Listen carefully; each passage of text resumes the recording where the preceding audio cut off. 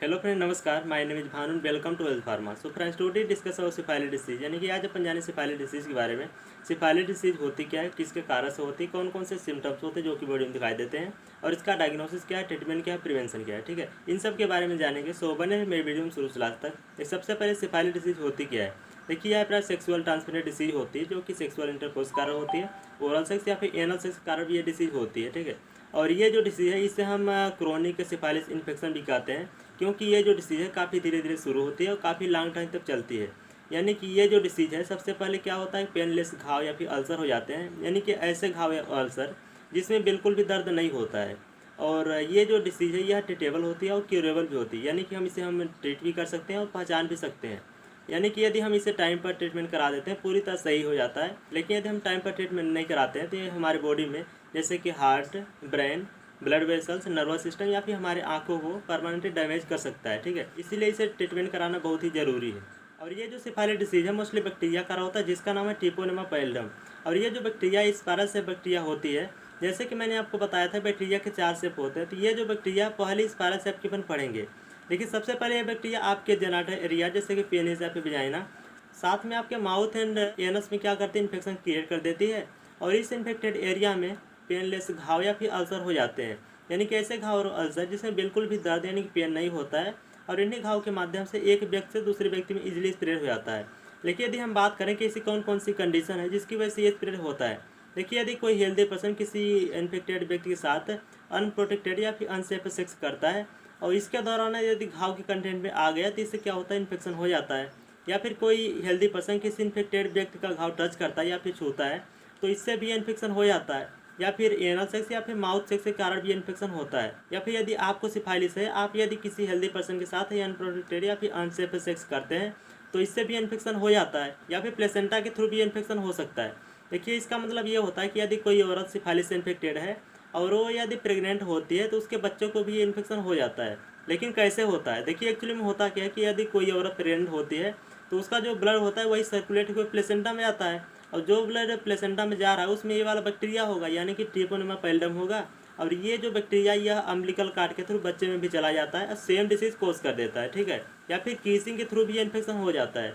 इसका मतलब यह होता है कि यदि कोई हेल्दी पर्सन किसी इन्फेक्टेड व्यक्ति का घाव किस करता है तो इससे भी इन्फेक्शन हो जाता है। या फिर प्रेगनेंसी के दौरान बच्चे को भी इन्फेक्शन हो जाता है। देखिए, इसका मतलब ये होता है कि यदि कोई औरत सिफाइलिस से इन्फेक्टेड है और वो यदि ट्रीटमेंट नहीं कराते तो उसके बच्चे को भी इन्फेक्शन हो जाता है, क्योंकि मदर के वेजाइना पर जो सिफाइलिस का घाव है ये यदि बच्चे के कंटेंट में आ जाता है तो इससे भी इन्फेक्शन हो जाता है। या फिर ब्लड के थ्रू भी इन्फेक्शन होता है। देखिए, यदि कोई हेल्दी पर्सन किसी इन्फेक्टेड व्यक्ति का ब्लड लेता है तो इससे भी इन्फेक्शन हो जाता है।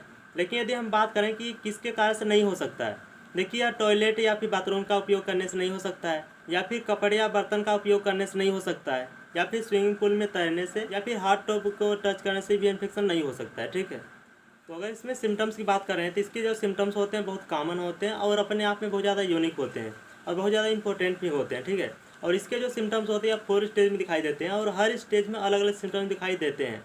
जैसे कि अधिकांश लोग फर्स्ट और सेकेंड स्टेज में बहुत ज़्यादा इन्फेक्टेड होते हैं, क्योंकि इसके जो सिम्टम्स होते हैं या सेक्सुअल कंटेंट या फिर अनदर बॉडी पार्ट को टच करने से इजीली स्प्रेड हो जाता है। ठीक है, तो अगर इसमें फर्स्ट स्टेज के बारे में बात करें तो जैसे ही आप इस बैक्टीरिया कंटेंट में आते हैं तो आने के 2 से 12 हफ्ते बाद इसके सिम्टम दिखना डेवलप हो जाते हैं। जैसे कि सबसे पहले आपके जेनाइटल एरिया जैसे कि पेनिस या फिर विजाइना, साथ में आपके माउथ एंड एनस में क्या होता है कि चेनक्री की एंट्री होती है। देखिए, चेनक्री का मतलब होता है पेनलेस रीजन, यानी कि बिना दर्द वाले आपके जेनाइटल एरियाज में क्या होता है कि अल्सर हो जाते हैं या फिर घाव हो जाते हैं।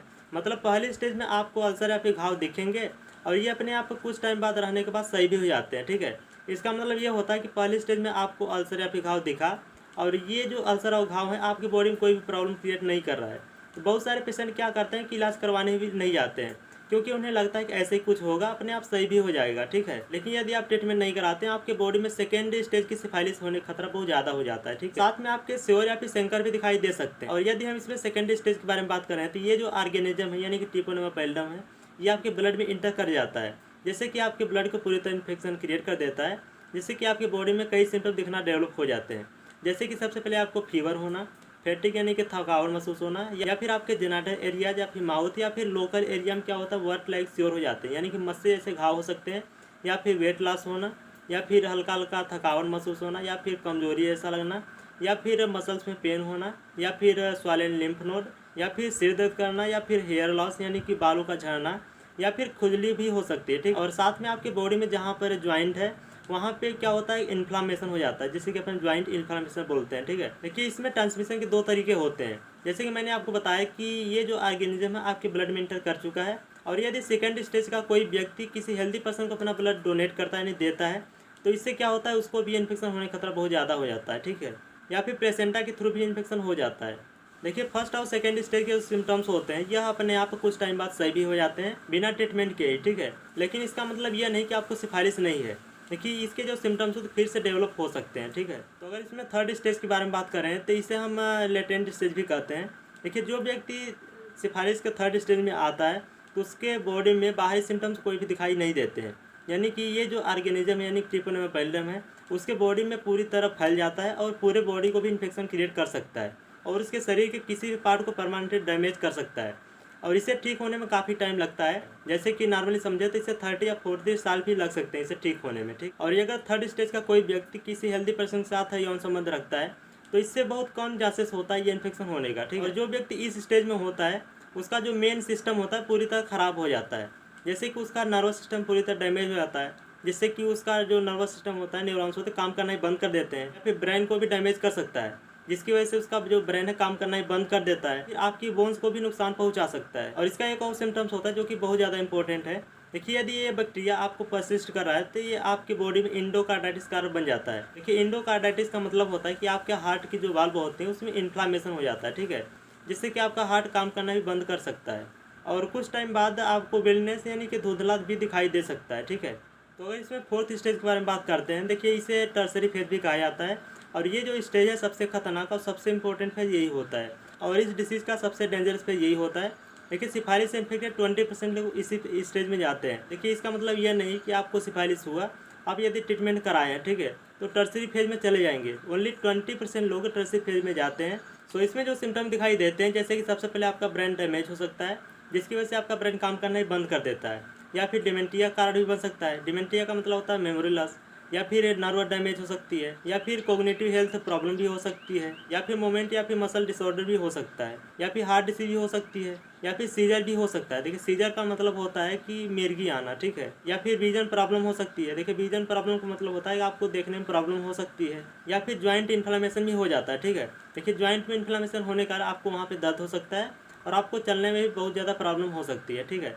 ये कुछ सिम्टम्स होते हैं जो कि फोर्थ स्टेज में जो व्यक्ति आता है उसको सिम्टम दिखना डेवलप हो जाते हैं। कि ये जो सिफालिस है दो प्रकार से हो सकती है। जैसे कि पहला होता है न्यूरोसिफालिस, यानी कि ये जो सिफालिस है किसी भी स्टेज के में हो सकती है और इसमें जो सिम्टम्स दिखाई देते हैं जैसे कि आपके ब्रेन, हार्ट या फिर नर्वस सिस्टम या फिर आंखों को परमानेंटली डैमेज कर सकता है, ठीक है। और सेकेंड होता है कोग्निटल सिफालिस। देखिए ऐसा तब होता है जब कोई और सिफालिस इन्फेक्टेड होती है और वो यदि इस टाइम पर प्रेग्नेंट होती है, ठीक है, तो प्रेगनेंसी के दौरान उसके फीटस में ये बैक्टीरिया चला जाता है, जिससे कि इन्फेक्टेड मास से पैदा होने वाले बच्चों को भी इन्फेक्शन हो जाता है, ठीक है।